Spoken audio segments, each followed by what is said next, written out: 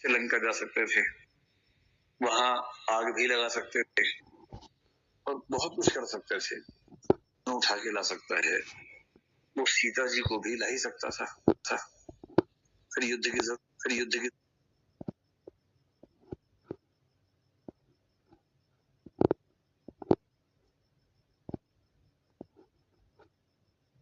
थी कि वो अकेले फ्लाइट से लंका जा सकते थे, वहां आग भी लगा सकते थे और बहुत कुछ कर सकते थे। 2-4 हत्याएं कर दी, कई लोगों को मारा पीटा, सीता जी से संदेश लिया, वापस लौट के आए। जो आदमी पहाड़ को हाथ में उठा के ला सकता है, वो सीता जी को भी ला ही सकता था। फिर युद्ध की जरूरत ही क्या थी? तो बहुत तार्किक सा प्रश्न है ना। अब मैं उसी कह रहा हूँ भाई, अब तनाव मत लीजिए। सतयुग ही है, कलयुग नहीं आएगा, एकदम सतयुग ही चल रहा है। तो तार्किक प्रश्न ये है कि हनुमान जी सीता जी को ला सकते थे और तब बिना युद्ध के मामला सुलझ जाता। कम से कम हजारों लोग ना मरते युद्ध में, जो हजारों वानर या भालू या अन्य प्राणी या होमोसेपियंस मरे उसमें, उनसे बचा जा सकता था। तो लोग इसमें कुछ कल्पनाएं कर लेते हैं। जैसे एक तो ये भाई साहब कह रहे हैं कि उससे राम का नायकत्व नहीं उभर पाता। एक मिनट रुको। और कुछ लोग रामायण की कहानी में एक पेच लगाते हैं कि नहीं, एक ऐसा क्या था, श्राप मिला हुआ था, या ऐसा संकेत था कि हनुमान ऐसा नहीं कर सकते हैं। ऐसा कुछ संकेत जोड़ते हैं इस कहानी में, मुझे नहीं पता क्यों जोड़ते हैं। मुझे इस पे संदेह होता है कि ये पेच बाद में जोड़ा गया या पहले से था। कई बार क्या होता है कि हमारे मैथ्स में जहां मामला फंसता है, हम बाद में एक पॉइंट और जोड़ देते हैं ताकि उस मामले को सॉल्व करने का आधार बन सके। ऐसा मैथ्स की दुनिया में खूब चलता रहता है। आप बताइए क्या कह रहे थे?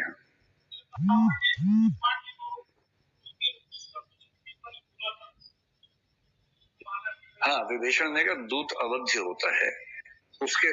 हाँ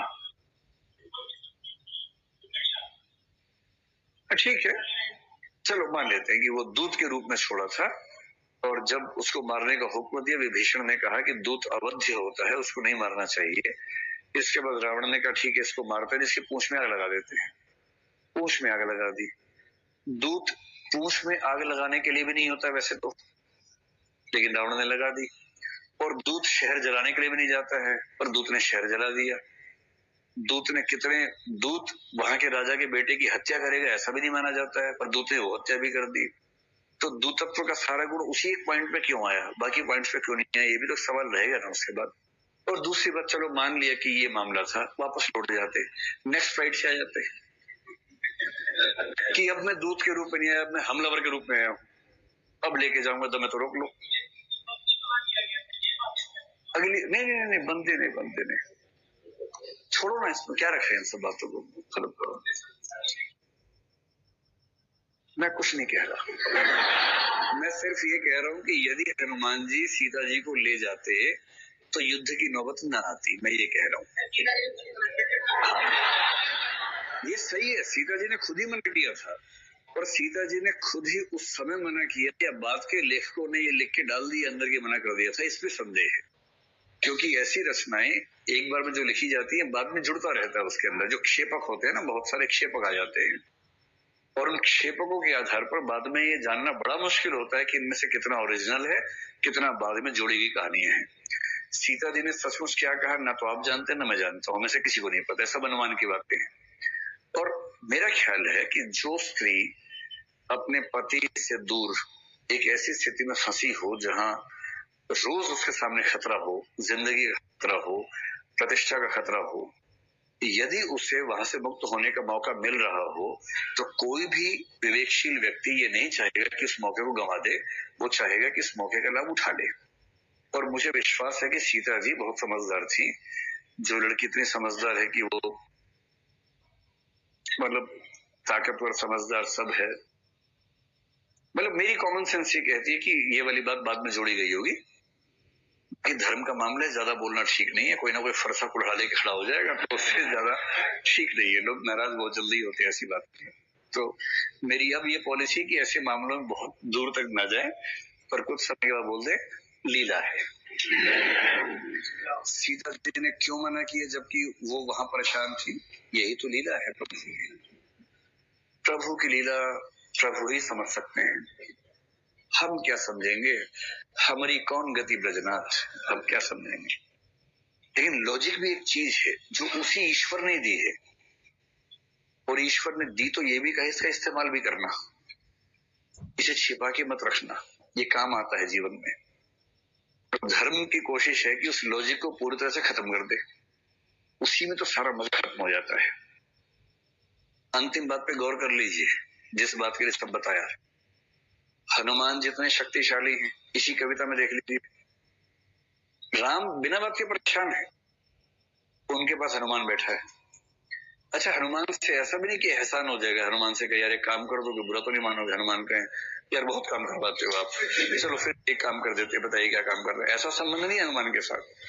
हनुमान को तो कहेंगे प्रिय हनुमान क्या आप मेरा एक काम कर देंगे? हनुमान छाती चीर के दिखाएंगे, हाँ देखो आपकी फोटो अंदर लगी, आप कह रहे हो काम कर दोगे, बताइए क्या करना है? मैं मरे जा रहा हूँ काम करने के लिए आपका, बताइए क्या काम करना है? और तब राम कहे देखो युद्ध वुद्ध बहुत हो गया, थक गया हूँ युद्ध से, कई लोग परेशान हैं, जाओ ना थोड़ा, जहां बैठे हैं दोनों ना वो खाई जब तुम खत्म करो यार, उसी महाशक्ति के चक्कर में मामला बिगड़ रहा है, उसको खाओ, वापसी पे डाइजेस्ट करते हुए लंका को खाते हुए आ जाना। So simple. और हनुमान की परफॉर्मेंस देख के लग रहा है कि ऐसा कर सकते हैं, इसी कविता में ऐसी परफॉर्मेंस है। फिर राम ने उसका इस्तेमाल क्यों नहीं किया? ये सवाल दरअसल पता है क्या सवाल है? महात्मा गांधी जानते थे कि देश में क्रांतिकारी आंदोलन करके अंग्रेजों को 2-4 दिनों में ही जान से मारा जा सकता है। कुछ हजार अंग्रेजों ने पूरे देश को बांध रखा है, और अगर जनता एक बार गुस्से में आ जाए और महात्मा गांधी कह दे कि चौरी चौरा वाला जो हुआ पिछली बार सॉरी बोलता हूं, इस बार जहां जहां देखे निपटाओ इन लोगों को, खत्म करो, बहुत हुआ। भाई और बहनों 3 दिन का समय है। अगर अगर महात्मा गांधी ऐसा बोल देते, मान लीजिए, नहीं गोधरा कांड नहीं, मैं तो भारत की बात कर रहा हूँ, इतिहास की बात कर रहा हूँ कि देखो 3 दिन का समय है, 3 दिन बाद भारत भारतीयों का होना चाहिए, जो दिखे अंग्रेज उसे निपटाओ। तो मेरा ख्याल है कि ठीक ठाक संख्या में या कब्रिस्तान बन गए होते बहुत सारे, और शायद भारत आजाद हो भी जाता, क्या बड़ी बात है। तब भी महात्मा गांधी ने ऐसा किया नहीं। ठीक वही सिचुएशन कि राम को पता है कि हनुमान मेरे पास है, वो कुछ भी कर सकता है, फिर भी उसकी शक्ति का प्रयोग किया नहीं। क्या वजह हो सकती है? इसकी वजह एक ही है कि शक्ति का अविवेकी तरीके से इस्तेमाल करना मानव सभ्यता के खिलाफ है। शक्ति है तो इसका मतलब ये नहीं कि इस्तेमाल कर ही देना है, शक्ति का मजा इसी में है कि वो इस्तेमाल ना हो। शक्ति का सबसे अच्छा कंसेप्ट सर्कस का भी देखिए आप लोगों ने, मतलब एक तो आप लोग खुद ही सर्कस टाइप के, वो एक अलग बात है, लेकिन अगर आपने सर्कस देखी भी हो कभी तो खराब लगता है आप लोग ऐसी बात सुन के। कोई बात नहीं, मतलब जब मैं आपको कहूं तो अंतर नहीं था कि मैं अपने बारे में भी कह रहा हूं। तो सर्कस में आप देखेंगे कि एक रिंग मास्टर होता है, उसके हाथ में हंटर होता है, हंटर 3-4 शेर खुले हुए अंदर, और वो अंदर चला जाता है। शेर पिंजरे के बाहर होते हैं, उसके हाथ में हंटर होता है। मैंने अपने होशोहवास में एक बार भी हंटर चलते हुए देखा नहीं शेर के ऊपर, वो केवल हवा में ऐसे ऐसे करता रहता है, और सारे शेरों की ऐसी की तैसी हुई रहती है, चुपचाप खड़े होते हैं, पालतू कुत्ते की तरह खड़े होते हैं, एकदम मुतिया की तरह से खड़े होते हैं।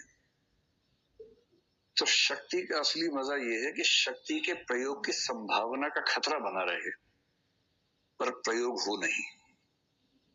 और रिंग मास्टर को ही पता है कि शक्ति का 2 बार प्रयोग कर दिया तो रिजल्ट उल्टा भी आ सकता है। एक बचपन में शेर छोटा है तब 3 चाबुक मार, तब से उसको इतना भय बैठा हुआ चाबुक का। अब बड़ा हो गया है, अब उतना लगेगा भी नहीं उसको, वो मारता भी नहीं है, बस वही बचपन के भय का इस्तेमाल करता है।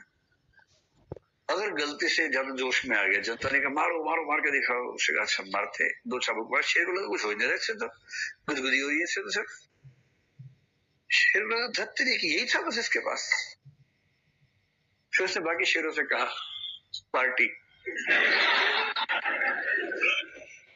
और जम गया। उसके बाद सारे आ गए और खूब रस के साथ सब्जी का आनंद लिया।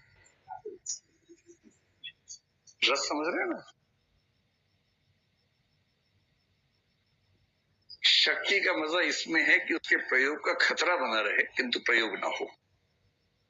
तो अंतिम बात जो मैं कहना चाह रहा हूं, राम ने हनुमान की शक्ति होते हुए भी उसका प्रयोग नहीं किया, क्योंकि निराला का संकेत है कि शक्ति का अविवेकी हाथों में जाना ठीक नहीं है। इसलिए खुद अर्जित किया और अंततः उस शक्ति के माध्यम से सफलता हासिल की, न कि अविवेकी शक्ति से सफलता हासिल की। तो शक्ति की मौलिक कल्पना लिखने का ठीक तरीके से चलिए।